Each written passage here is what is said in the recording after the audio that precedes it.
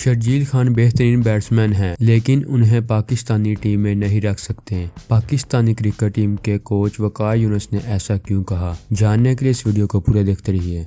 Video शुरू करने से पहले अगर अभी तक आपने हमारे इस यूट्यूब चैनल को सब्सक्राइब नहीं किया तो जल्दी से सब्सक्राइब कर लें और साथ में मौजूद घंटी के निशान को भी क्लिक कर लें। पाकिस्तान क्रिकेट बोर्ड के बॉलिंग कोच वकार यूनुस का ऑस्ट्रेलिया में वीडियो कॉन्फ्रेंस पर पाकिस्तानी मीडिया से गुफ्तगू में कहना था कि मुश्किल सूरत हाल में सबको मिलकर काम करना होगा। इमरान खान की टाइगर फोर्स का हिस्सा बनने को तैयार हूँ।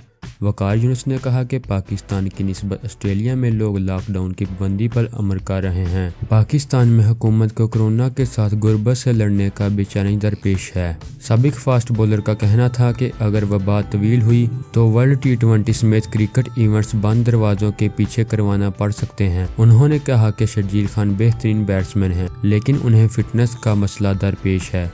साबिक कप्तान सरफराज अहमद मेहनत करके टीम में वापस आ सकते हैं। वकार यूनुस ने कहा कि वो रवां साल पाकिस्तान में मुंतकिल हो जाएंगे।